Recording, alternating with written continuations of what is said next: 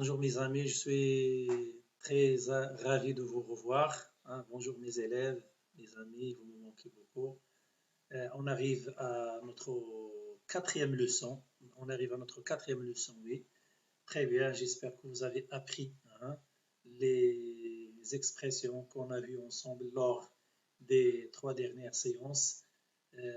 Aujourd'hui, je vais vous proposer une nouvelle leçon intitulée « Les articulateurs logiques ». Les articulateurs logiques. Ça vous dit quelque chose, les articulateurs logiques? On les appelle aussi les liens logiques, les mots de liaison, n'est-ce pas? Les articulateurs logiques ou les liens logiques ou les mots de liaison, ce sont des expressions qui servent à quoi? À relier des phrases. À relier des phrases et par conséquent à exprimer différentes idées ou différents rapports entre les phrases. C'est ce qu'on va découvrir ensemble dans cette séance.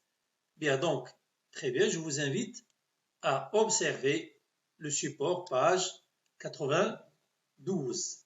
Le support page 92. Bien. Regardez bien ici. On a un petit texte en haut. Avant de partir pour le Canada, j'avais à considérer plusieurs choses. D'abord, les heures d'avion entre moi et ma famille. Ensuite, le changement de climat. Et enfin, le bureau où je ne connaissais personne. Bien, donc, comme vous le remarquez très bien ici, dans ce texte, page 92, il y a quelques mots écrits en gras. Ces mots sont avant, d'abord, ensuite et enfin. Donc, ces mots, comme vous le remarquez très bien, ils servent à relier des phrases. Quand on passe d'une idée à une autre, on emploie un mot. On emploie une expression. Pourquoi? Car il y a un enchaînement dans le raisonnement, ou dans la narration, quand on raconte, ou dans l'exposition des idées. Bien, donc ici, avant, d'abord, ensuite et enfin, ce sont des articulateurs logiques et toutes ces expressions expriment le temps. Alors, on les appelle des connecteurs de temps. Des connecteurs de temps. Voilà. Avant, d'abord, ensuite et enfin, ce sont tous des mots qui ont une idée avec le temps. Alors, ce sont des indicateurs de temps. On a déjà vu ça au collège. Ce sont des indicateurs de temps ou des indications temporelles, mais on l'appelle désormais des articulateurs logiques. Très bien. Sachez que vous aurez besoin de ces expressions dans les années à venir. Vous allez les réutiliser, vous allez les redécouvrir. Donc, c'est l'occasion aujourd'hui pour connaître ces expressions. Bien, sachez qu'il n'y a pas que ces expressions, il y a d'autres. Voilà, regardez toujours dans la même page, on a, voilà, les articulateurs logiques peuvent exprimer une idée de cause, la cause, comme en effet, parce que, puisque et car. Ces articulateurs logiques peuvent aussi exprimer une idée de conséquence. Et parmi ces expressions, on a donc c'est pourquoi, par la suite, par conséquent. Nous allons voir ça avec des phrases simples et claires. L'opposition, c'est-à-dire deux mots qui s'opposent. Quand je voudrais bien passer d'une idée à une autre qui est contraire, qui s'oppose à la première, j'emploie ces expressions. Mais, alors que, cependant, pourtant, néanmoins et en revanche. Néanmoins, c'est une expression qu'on emploie surtout à l'écrit, surtout au registre soutenu. La concession. La concession et l'opposition, ce sont deux idées qui sont synonymes. Hein. Il y a une légère nuance entre ces deux idées. Voilà. Donc l'opposition et la concession ont presque le même sens. On a pourtant et bien que. La conclusion, c'est-à-dire quand on veut conclure, par exemple dans une argumentation, quand on prend la parole, quand on fait un exposé et quand on veut terminer, on emploie ces expressions. Ainsi, finalement, bref, en somme, ensuite et en conclusion. Il y a d'autres expressions, bien sûr. Bien, la condition. Ces articulateurs logiques peuvent aussi exprimer la condition. Et parmi ces expressions, on trouve si. Hein, si, c'est le mot que vous employez le plus. Pourvu que, et à condition que. Pourvu que a le même sens que à condition que. Je vous donne un exemple. Je vais sortir pour me promener pourvu qu'il fasse beau temps. Pourvu qu'il fasse beau temps. C'est-à-dire à condition qu'il fasse beau temps. Tu vas partir avec moi au cinéma à condition d'être sage, à condition de ici.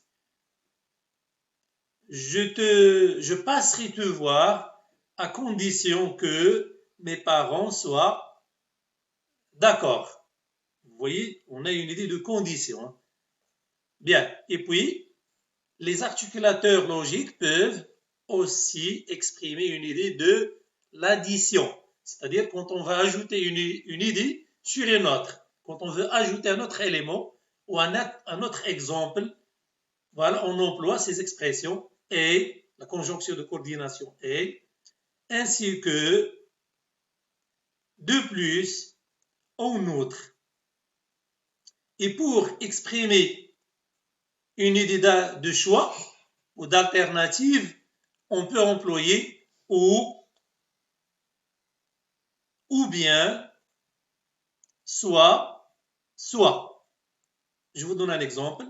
Tu aimes le théâtre ou le roman. Voilà. Donc c'est le choix. Qu'est-ce que tu aimes? Tu aimes le thé ou bien le café?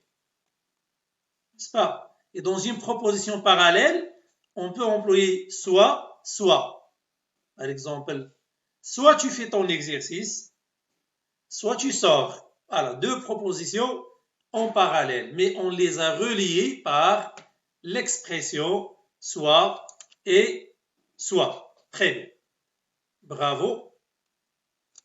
Donc, maintenant, je vous invite à prendre l'exercice numéro 1, ou plutôt, avant de passer à un exercice, je voudrais bien vous proposer quelques phrases simples, indépendantes, dans lesquelles on emploie ces articulateurs logiques. Pour vous faciliter la tâche, voilà, il y a des exemples simples, des exemples que vous utilisez à l'école, que vous pouvez utiliser chez vous, dans la rue, avec votre entourage. Bien, Aya est triste car elle est malade. Aya est triste car elle est malade. Donc ici, on a un articulateur logique. À votre avis, quelle est l'idée exprimée ici? Ici, on exprime, oui, c'est bien ça. On exprime la cause. Et la cause peut être exprimée par d'autres mots, comme on vient de le découvrir. On a parce que et puisque. N'est-ce pas? Je peux dire Aya est triste puisqu'il est malade. Ou je peux commencer par puisque. Puisque Aya est malade, elle est triste. Bien, on passe au deuxième exemple. Je ne suis pas libre, donc je ne réponds pas à tes appels. Bien, à votre avis, quelle est l'idée exprimée ici? On exprime quelle idée? Je ne suis pas libre, donc je ne réponds pas à tes appels. Oui, c'est bien ça. Donc, on exprime la conséquence. La conséquence, c'est le résultat. Donc, je ne réponds pas à tes appels. Ça, c'est une conséquence de ne pas être libre. Donc, j'ai pris la conséquence par donc. Et je peux l'exprimer aussi par alors, et par conséquent. Je ne suis pas libre. Par conséquent, je ne réponds pas à tes appels.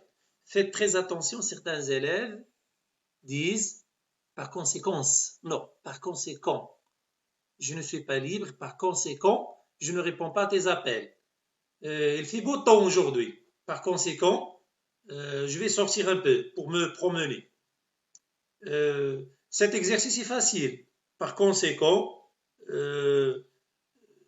j'obtiendrai la première note en classe. Nous vivons sous le confinement sanitaire. Par conséquent, on n'a pas le droit de sortir. Voilà. Donc, c'est une idée de conséquence exprimée par donc, alors et par conséquent. Bien, la phrase suivante. Je voudrais bien voyager, mais je n'ai pas de passeport. Ici, on exprime quelle idée? On exprime une idée de, oui, je voudrais bien voyager, mais je n'ai pas de passeport. Comme vous le remarquez très bien ici, on a deux idées qui sont contraires ou qui sont opposées. Donc, nous sommes ici devant l'opposition. Une autre idée. Bien. Et l'opposition est exprimée par ce lien logique, cet articulateur logique, mais, la conjonction de coordination, mais. On peut exprimer l'opposition aussi par or. Je voudrais bien voyager. Or, je n'ai pas de passeport. Cependant, je voudrais bien voyager. Cependant, je n'ai pas de passeport. Je vous donne un autre exemple pour l'opposition. Il fait mauvais temps, mais il n'a pas annulé la fête. Donc, deux idées qui sont contraires, qui sont opposées. Bien. La pluie tombe. Cependant, il continue à jouer dans la rue. Normalement, la pluie tombe, il doit rentrer chez lui. Mais non. Donc, il continue à jouer dans la rue. Il y a deux idées qui sont opposées. Bien. Pardon. On passe maintenant au dernier exercice. Cet exercice est difficile. En plus, il est long. Cet exercice est difficile. En plus, il est long. À votre avis, quelle est l'idée exprimée dans ce dernier exercice, ce dernier exemple, pardon. Oui, donc on exprime une idée de l'addition. L'addition, c'est-à-dire on ajoute une idée, on ajoute un exemple, on ajoute un argument. Cet exercice est difficile. En plus, il est long. Et l'addition peut être exprimée aussi par et, en outre, et ainsi. Bien. Sachez que voilà, ces articulateurs logiques peuvent exprimer d'autres liens, hein, n'est-ce pas? D'autres idées. Hein? Peut-être qu'on peut les revoir plus tard. Bien.